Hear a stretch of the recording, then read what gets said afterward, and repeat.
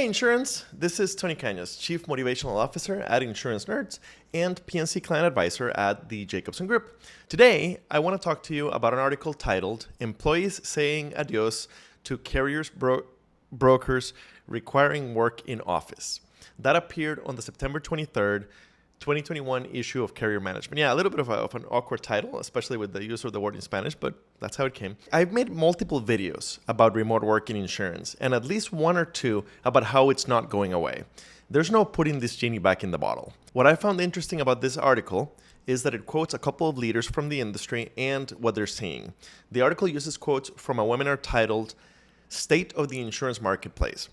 Patrick M. Gallagher, CEO of AJ Gallagher US, and Mark Wilhelm, CEO of Safety National.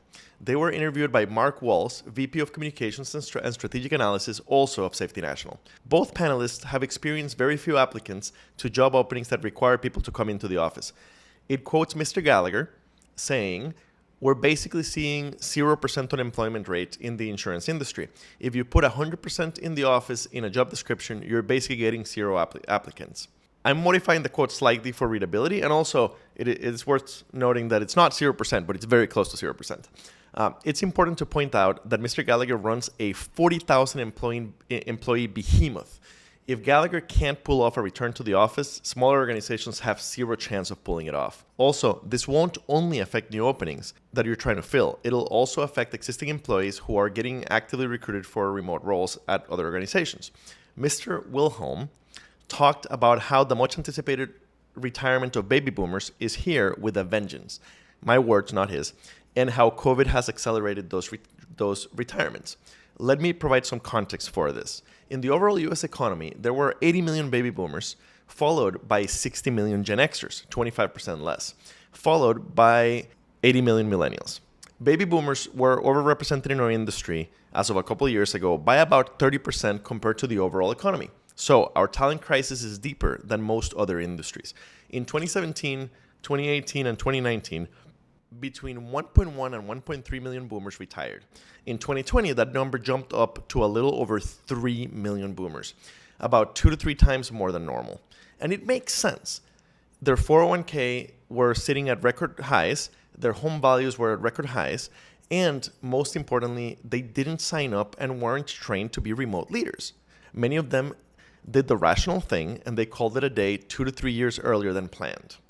We still don't have data on how this is affecting insurance in 2021, but anecdotally, it seems to be having just a huge effect. Mr. Wilhelm is also quoted as saying, I quote, "People across all ages and disciplines are questioning where they are in their careers, are they in the right industry, what their priorities are. They want to do work that has purpose."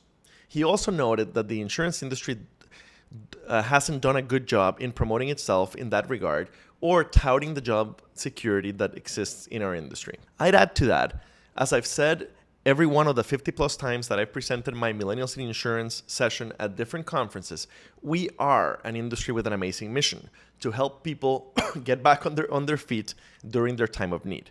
But we suck at helping the rest of society understand our mission. And we even suck at helping our own employees understand our mission. We must do better at this if we want to retain good talent in the post-COVID era.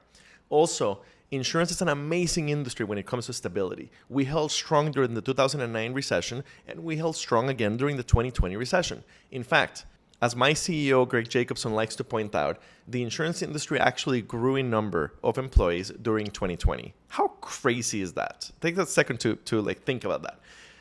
Mr. Wilhelm is also quoted as saying that after 18 months of working from home, people's attitudes towards work have changed, and that Safety National really values its culture, which includes collaborating and teamwork. And I quote, "That's just not as good in a work from home environment."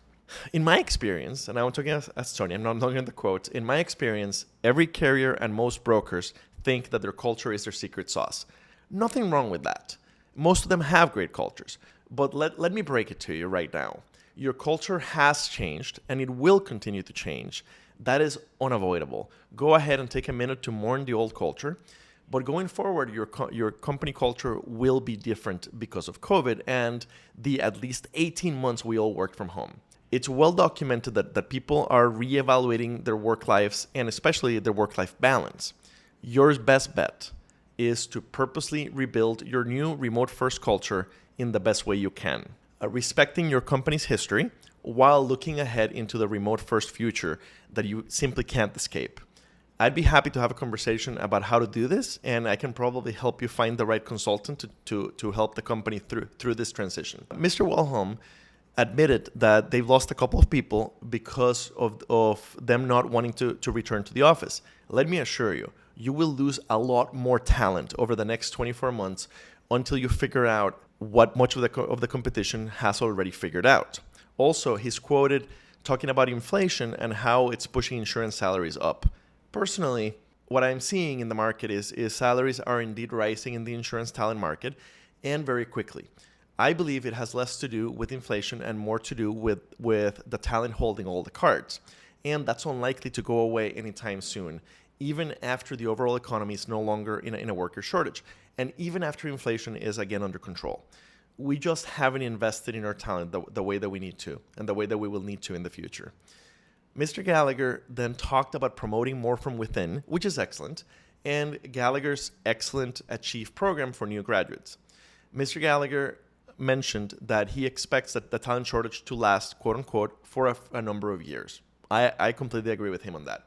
Towards the end of the article, John Glom, again, I don't know how to pronounce his last name, CEO of the Philadelphia Insurance Company, is quoted with some positive comments about how remote work has increased creativity in his company.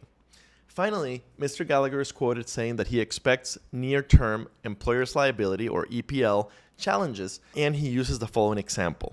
Quote, I let Steve work from home, but I make Mike come into the office. Where will that lead us?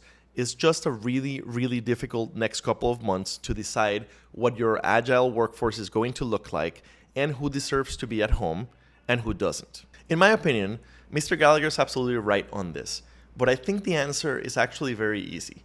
Give everyone the chance to work from home. If you can't trust them to work from home, don't hire them.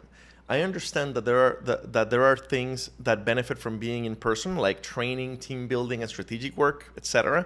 But 99% of insurance employees are only doing that kind of work a minority of the time.